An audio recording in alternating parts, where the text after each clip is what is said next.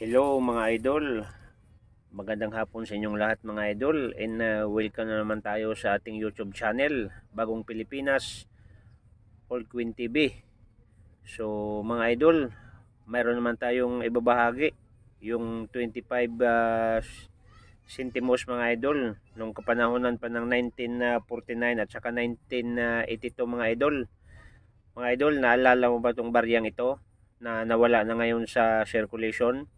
So nais ko kayong anyayahan mga idol, mag-subscribe, paki-like at pakipindot mga idol sa ating notification bell, at sa lahat ng mga nanonood at sa lahat ng mga nag-subscribe, nag-like, shout out sa inyong lahat at maraming salamat sa walang sawang pagsuporta mga idol sa ating YouTube channel. Sana wag kayong magsawa sa pagsuporta mga idol. Ito yung mga barya mga idol na nawawala na ngayon mga idol sa circulation natin, at basta-basta lang natin mga idol tinatapon yung mga baryang ito. Ang pag-uusapan natin mga idol, kung itong barya na to ay mayroon na bang halaga. So bago tayo mapunta sa value sa barya na to mga idol, ay ating pag-uusapan, kasi itong barya na to mga idol ay halos maraming kasabayan ito ng mga old queens mga idol. So ang tanong nito mga idol, saan ba siya inisyo? Philippines.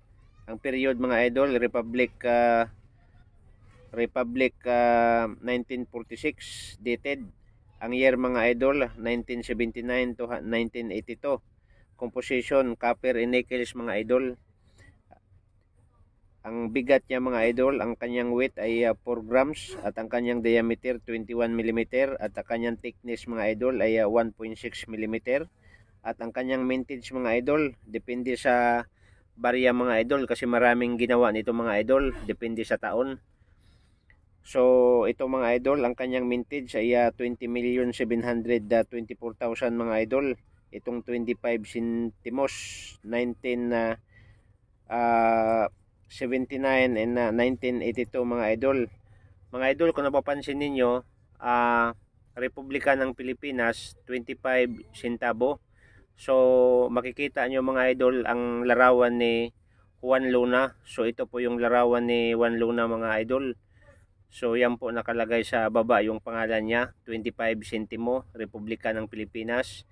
At pagmasdan nyo mga idol, itong barya nito mga idol, pareho ang pitsa pero magkakaibang hugis ng kanilang muka.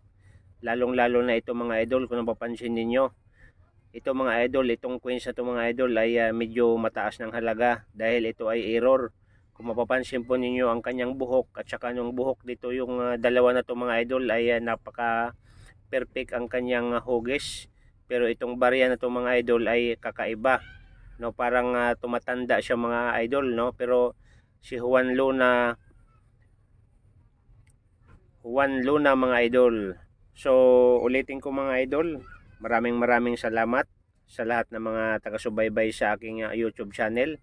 At ulitin ko mga idol, ang tanong, ito ba ay may value na ngayon?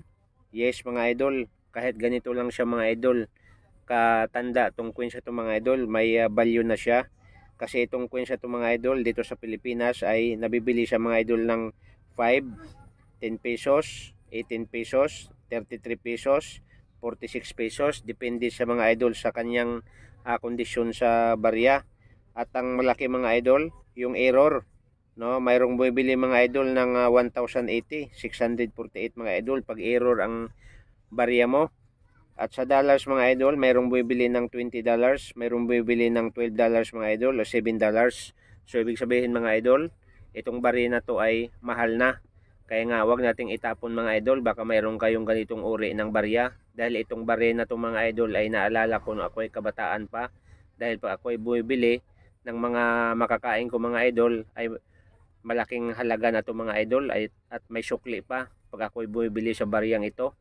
Itong 25 centavos kay Juan Luna ito mga idol.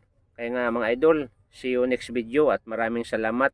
At ulitin ko, suportahan ninyo ang ating mga sariling barya na matagal nang nawawala sa circulation. At sana wag kayong magsawa sa pagsuporta sa ating YouTube channel. At God bless sa inyo mga idol, at sana pagpalain kayo ng ating may kapal. See you next video mga idol.